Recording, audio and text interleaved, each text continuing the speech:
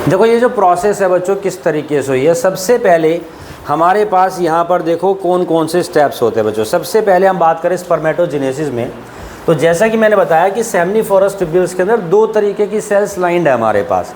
ज़्यादा जो सेल है हमारे पास वो स्पर्मेटोगोनिया है, तो हमारे पास ये स्पर्मेटोगोनिया होगी, ठीक है। अब ये जो स्पर्मेटोगोनिया है अभी सिंगल है, लेकिन जितनी ज़्यादा स्पर्मेटोगोनिया होगी उतनी ही तो ज़्यादा फॉर्मेशन होगी स्पर्म की बच्चों। तो हमारे पास सबसे पहले इनके अंदर माइटोसिस होगा। माइटोसिस के कारण मेरे पास नंबर ऑफ मल्टीपल सेल्स आ जाएंगी जो मेरी स्पर्मेटोगोनियम है बच्चों। अब यही जो स्पर्मेटोगोनियम होती है हमारे पास, तो हम लोग क्या देखते हैं कि बहुत सारी फॉर्मेशन हो गई, बहुत सारी मदर सेल्स बन गई, और उसे बनाने के लिए माइटोसिस डिवीज़न हुआ, यानी कि सबसे पहले तो स्पर्मेटोसाइटोजेनेसिस हुई है।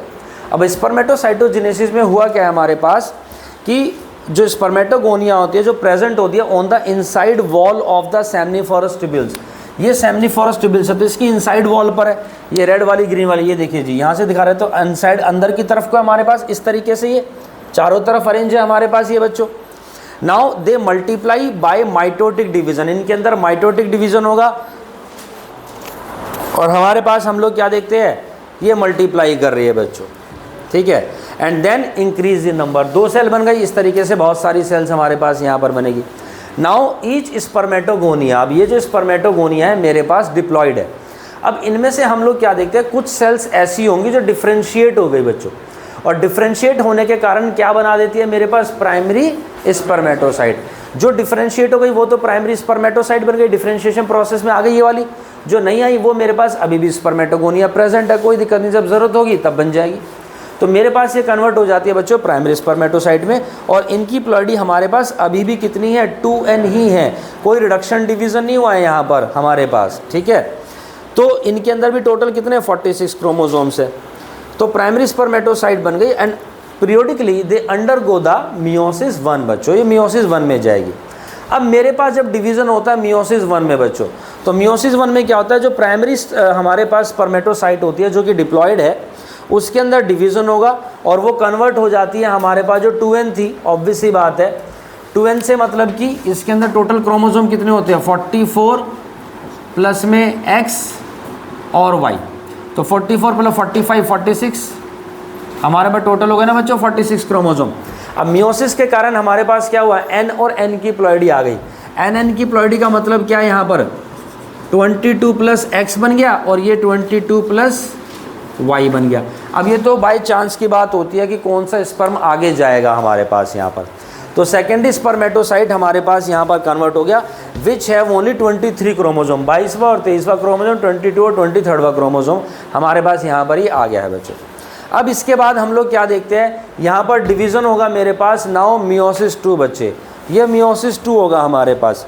Now the second spermatocyte undergo division, इसके अंदर डिवीज़न होगा सेकेंड मियोटिक डिवीज़न और 4 इक्वल हैप्लॉइड स्पर्मेटिड्स बन जाएंगे 1 2 3 4, ये चारों की चारों इक्वल हैप्लॉइड स्पर्मेटिड्स है बच्चों हमारे पास, ठीक है। Now the number of chromosome in each spermatid is 23। अब ये 23 है। अब हम लोग क्या देखते हैं इसके बाद में एक और प्रोसेस होती है जिसको मैं बोलता हूँ स्पर्मियोजेनेसिस बच्चों। ये मेरे पास टेस्टिस की सेल है आउटर लेयर, और यहीं पर मैं देख रहा हूँ आप लोगों को क्या प्रेजेंट है बच्चों मेरे पास इधर में सेल्स प्रेजेंट है, सर्टोली सेल्स भी यहाँ पर प्रेजेंट है हमारे पास में, प्राइमरी स्पर्मेटोसाइट भी हमारे पास प्रेजेंट है। तो सबसे पहले तो मेरे पास प्रेजेंट है क्या बच्चों, सबसे पहले मेरे पास यहाँ पर प्रेजेंट है स्पर्मेटोगोनियम, ये देखो जी ये spermatogonium, these are the spermatogonium. अब इन स्पर्मेटोगोनियम के अंदर जब डिवीज़न होगा तो फॉर्मेशन हो जाएगी किस चीज़ की बच्चे यहाँ पर प्राइमरी स्पर्मेटोसाइट की, ये देखो जी ये बन गई मेरे पास इधर में प्राइमरी स्पर्मेटोसाइट बन गई। अब प्राइमरी स्पर्मेटोसाइट बन गई देन उसके बाद में क्या होगा उनके अंदर डिवीज़न होगा देन फॉर्मेशन होती है मेरे पास। अब देखो यहाँ पर ये सेकेंडरी स्पर्मेटोसाइट की, इस तरीके से बहुत सारी सेकेंडरी स्पर्मेटोसाइट बन गई और देन उसके बाद में फॉर्मेशन होती है हमारे पास किस चीज़ की बच्चों, फर्दर मेरे पास फॉर्मेशन हो जाती है स्पर्मेटिड की। किस चीज़ की फॉर्मेशन हो गई मेरे पास इधर में स्पर्मेटिड की फॉर्मेशन हो जाती है। और अब ये जो स्पर्मेटिड बनती है ये देखो जी ये मेरे पास इधर में स्पर्मेटिड, ये मेरे पास स्पर्मेटिड है बच्चों, ये क्या हो गई मेरे पास, इधर में स्पर्मेटिड हो गई।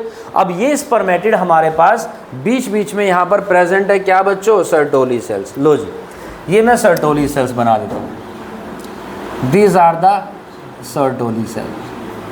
अब ये मेरे पास मैं बता रहा हूँ आपको कि जो स्पर्मेटिड है वो इन सर्टोली सेल के अंदर इम्बेड हो गई और देन फॉर्मेशन हो जाती है इस चीज़ के अंदर, किस चीज़ की बच्चों, टेल की, यानी कि स्पर्मेटोजोआ की। इस तरीके का एक डायग्राम हमारे पास एनसीईआरटी के अंदर ही बना हुआ है। तो इस तरीके से फॉर्मेशन हो जाती है।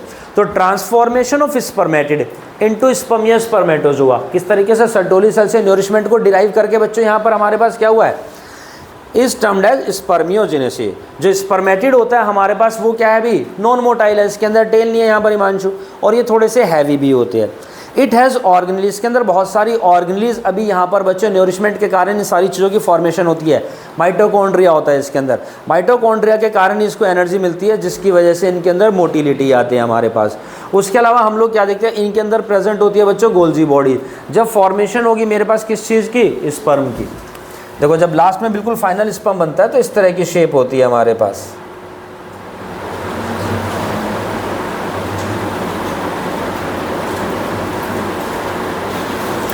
ये इसके अंदर न्यूक्लियस होता है इलोंगेटेड, ये इसकी नेक होती है इधर, यहाँ पर हमारे पास माइटोकॉन्ड्रिया है, ये फ्लैजिला हो गया आपका जो है टेल पीस हो गया हमारे पास, और यहाँ पर हेड में प्रेजेंट होता है हमारे पास गोल्जी बॉडीज बना देती है एक्रोसोम, जिसके अंदर डाइजेस्टिव एंजाइम्स होते हैं। बेसिकली मॉडिफाइड लाइसोसोम्स है। लाइसोसोम कौन बनाते हैं, गोल्जी बॉडीज तो बनाती है बच्चों। तो हमारे पास ये क्या बना देगी, मॉडिफाइड लाइसोसोम यानी कि एक्रोसोम, जिसके अंदर डाइजेस्टिव एंजाइम्स होंगे जो एग को फर्टिलाइज कर पाएंगे। एग इतनी आसानी से फर्टिलाइज नहीं होता बच्चों, ये बात याद रखना। एग के ऊपर क्या होता है, बहुत सारी लेयर होती है। एग के ऊपर हम लोग क्या देखते हैं, बहुत सारी लेयर्स होती है, ये बात याद रखना।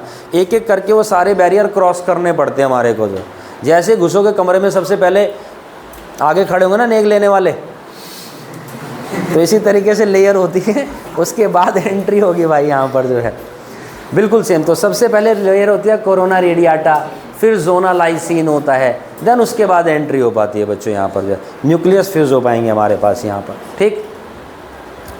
तो कहने का मतलब क्या है, organelle like mitochondria, Golgi bodies. अच्छा, सेंट्रियोल होते हैं। सेंट्रियोल आप लोगों ने पढ़ा होगा 11th क्लास में। सेंट्रियोल क्या होते हैं, बिल्कुल, और वो सेल डिवीजन में हेल्प करते हैं, स्पिंडल फाइबर्स वगैरह ये सारी चीज़ों की फॉर्मेशन होती है। तो यहाँ पर भी हमारे पास सेंट्रियोल प्रेजेंट होते हैं स्पर्म की नेक के अंदर। दो सेंट्रियोल होते हैं, एक होता है प्रॉक्सिमल सेंट्रियोल और एक होता है डिस्टल सेंट्रियोल। तो जब न्यूक्लियस स्पर्म का एग के न्यूक्लियस के साथ फ्यूज होता है, एंट्री करता है, तो उसके साथ साथ सेंट्रियोल भी एंट्री करता है एग के अंदर। वही तो हेल्प करता है डिवीज़न में, कौन सा, क्लीवेज डिवीज़न। जब स्पर्म का डायग्राम बनाएंगे तो उसमें आपको ये चीज़ डिटेल में पता चलेगी, लेकिन ये सारी चीज़ें होती है। सो ड्यूरिंग स्पर्मियोजेनेसिस जो वेट होता है गैमेट का थोड़ा सा रिड्यूस होता है, along with the development of locomotory structure बन जाती है, क्योंकि यहाँ पर हमारे पास, और nucleus become compact forming the major part of the head of the spermatozoa. तो इस तरीके से हमारे पास फॉर्मेशन हो गई स्पर्म की। This process called the spermatocytogenesis बच्चों, स्पर्मेटोजेनेसिस। अब यहाँ पर हम लोग क्या देखते हैं, ये जो सारी की सारी प्रोसेस है ये कंट्रोल हो रही है किसके थ्रू बच्चों, ये हार्मोन्स के थ्रू कंट्रोल होती है।